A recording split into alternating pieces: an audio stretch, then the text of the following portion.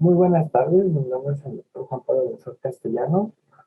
Soy médico neurólogo y médico internista por la Universidad Nacional Autónoma de México y actualmente soy neurólogo del Hospital General Dr. Manuel G. González y también en práctica profesional la ejerzo en el Hospital Ángeles de Acosta.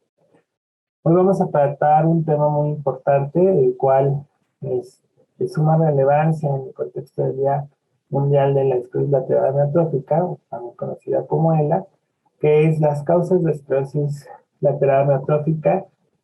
Y en general lo que vamos a abordar es qué riesgo tengo yo como familiar del paciente con ELA de tenerla.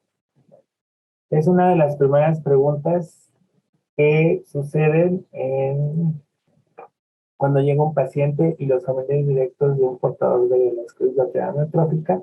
Y desde el punto de vista es importante saber en qué estado del arte estamos, o qué evidencia científica tenemos para responder dicha pregunta.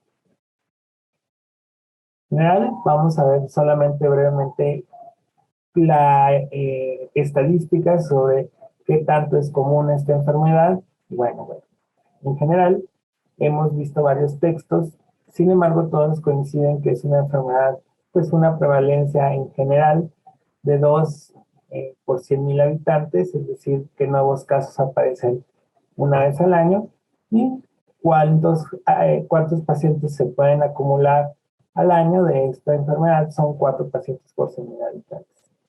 En general, en México y en Latinoamérica no se tiene el estimado de cuántos pacientes se tienen con ELA, sin embargo se sabe que en Estados Unidos y en Europa es qué riesgo tienen en la vida de tener ELA, es 1 en 350 hombres o 1 en 400 mujeres.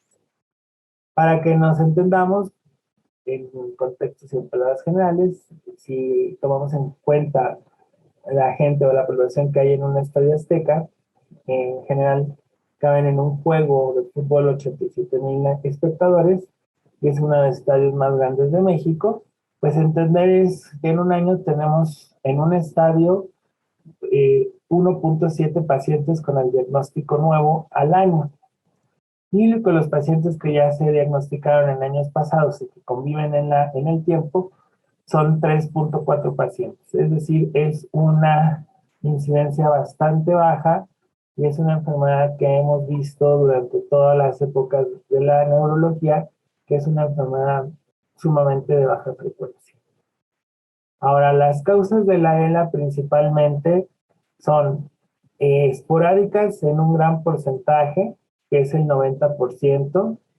Todo esto se basa en formas esporádicas. Sin embargo, tenemos un 10% en general en formas familiares, entendiendo donde hay múltiples familiares que están afectados con ELA. Y en general, en estos casos parece haber una variación genética que aumenta la probabilidad o el chance de tener ELA y de factores ambientales que la desencadenan. Es importante entender que son las dos partes. ¿Cuáles son los posibles factores ambientales que nos proponen hacia tener una enfermedad lateral amiotrófica? Pues principalmente es el aumento del estrés oxidativo, la disfunción mitocondrial, que es que la mitocondria, que es una parte donde se produce la energía de las células, falle, una anormalidad del sistema inmunológico, una toxicidad de glutamato, en donde en general como una sustancia que puede ser tóxica, conocida como un neurotransmisor. Sin embargo, cuando tenemos bastante o acumulación del mismo en los espacios perineuronales, parece que son causantes de esta toxicidad. Hasta el momento es uno de los blancos terapéuticos que tenemos.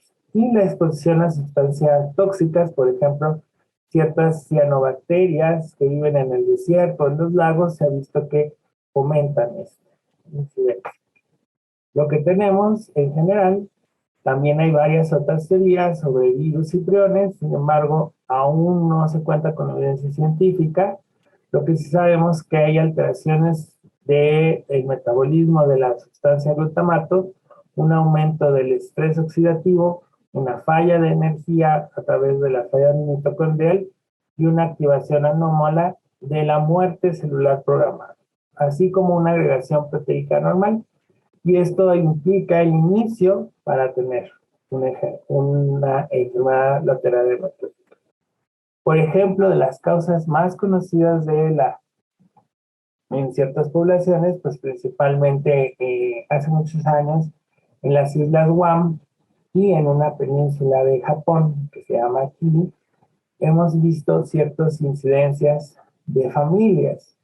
Y lo que hemos visto es que hay ciertas neurotoxinas traídas de las cicadas. Estas son las semillas de la fruta cicada que cuando se ingieren pueden aumentar la probabilidad de ciertas poblaciones que tienen cierta susceptibilidad genética a tener enfermedad lateral hemorrágica.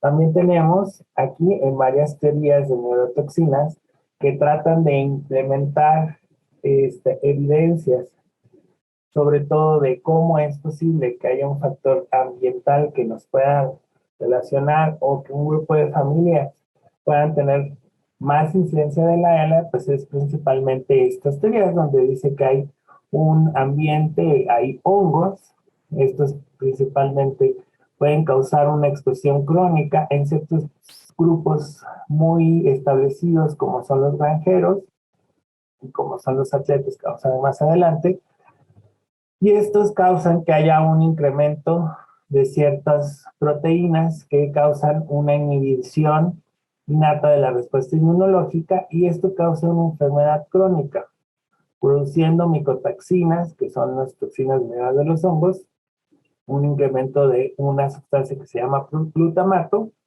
y una translocación de ciertas proteínas, así como una activación a largo tiempo del sistema inmune que hace que haya baja energía o ATP y esto causa una muerte celular programada, una pérdida muscular y formas esporádicas de la ELA. Sin embargo, bueno, es importante renotar que esas son todavía teorías en donde no se han identificado aún que todas las exposiciones causan este tipo de situación para explicar la aparición de la ELA.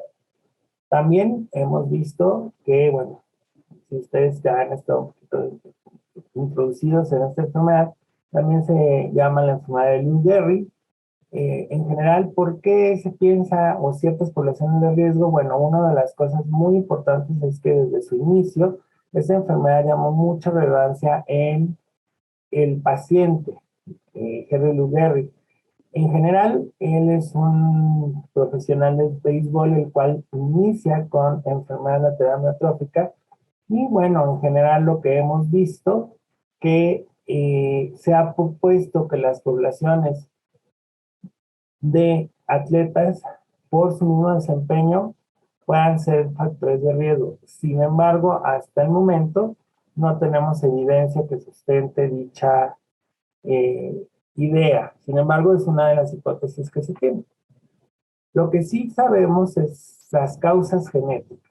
Lo que se ha intentado entender en este momento es que las causas genéticas de la ELA no son determinantes. Es decir, que si yo tengo un gen, no necesariamente puedo desarrollar la enfermedad. Sin embargo, es un factor de riesgo que se tiene y tenemos que ver que también los pacientes que tienen dicha genética pueden tener más susceptibilidad a los factores ambientales, por ejemplo, al factor de factor oxidativos, factor de estrés oxidativo, factor de exposición a neurotoxinas.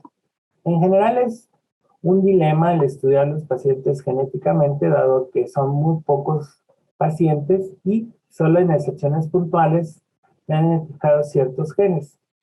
El programa de genoma humano, por lo esporádico de los casos, sugieren que la arquitectura es basada en variantes raras que confieren ciertos rasgos de riesgo, es decir, no es una determinante.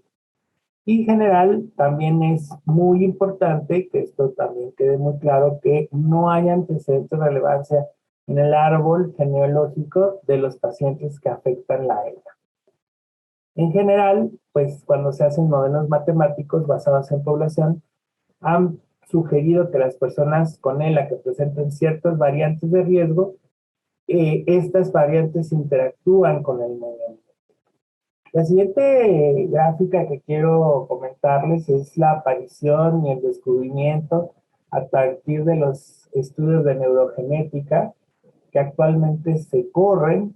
Quiero que vean que en el 91, digamos, menos de 30 años que se ha trabajado sobre los genes, se identifica el primer gen, que es el SOD1, el famosísimo SOD1, que se asocia a las variantes más conocidas de la enfermedad de variantes familiares. Y vean cómo se va expandiendo el crecimiento para la detección de los números de genes detectados que confieren cierta susceptibilidad para que en el 2011 pues llevemos aproximadamente 25 genes y actualmente estamos confiriendo aproximadamente más de 50 genes que confieren. Cuando hablamos de nosotros de genes, tenemos que entender que no todas las expresiones genéticas se van a eh, expresar en el paciente. Por ejemplo, no es una genética como el color de ojos o no es una genética tan sencilla como mendeliana, que también se le conoce, sino es de múltiples factores de riesgo y también genes que se van a expresar o inactivar. Y también que un mismo gen puede conferir varias acciones.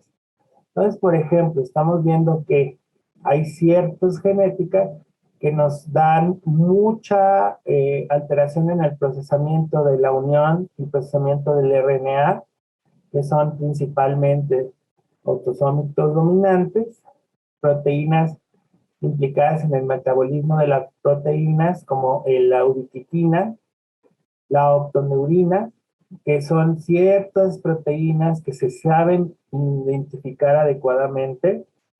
El enzimas de estrés oxidativo es el famoso SOD1, que es la superóxido dismutasa, que es un factor dominante y que un paciente que tenga puede incidir en 20% en ELA, entre los portadores. Unas alteraciones del citoesqueleto, es decir, de la estructura de las neuronas y el trastorno celular.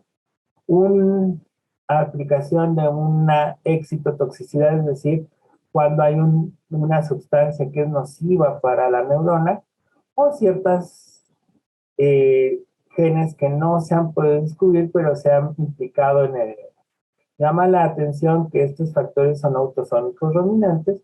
Sin embargo, como decimos, no al tener uno de estos genes confiere el riesgo de tener enfermedad lateral amiotrófica. Conclusiones. Pues es una enfermedad no frecuente, es decir, es muy esporádica. La ELA solamente en un 10% se agrupa en forma familiar y en general ya hay un grupo de neurotoxinas ya identificadas, las cuales activan los genes para el proceso degenerativo, y hay una idea sin comprobar de factores de riesgos en campesinos y en atletas de gran rendimiento. En general, esto es una idea, es una hipótesis, sin embargo, pues cada día hay más información, se están corriendo más grupos poblacionales y cada día hay más grupos de genes identificados. Y en general, para concluir mi participación, simplemente comentar que es muy importante que cuando el diagnóstico de ELA se tenga, pues se tenga una asesoría genética para poder ayudar a todos los pacientes que tengan este diagnóstico. Y pues sin más, agradezco esta participación y quedo de ustedes para su servicio. Hasta luego.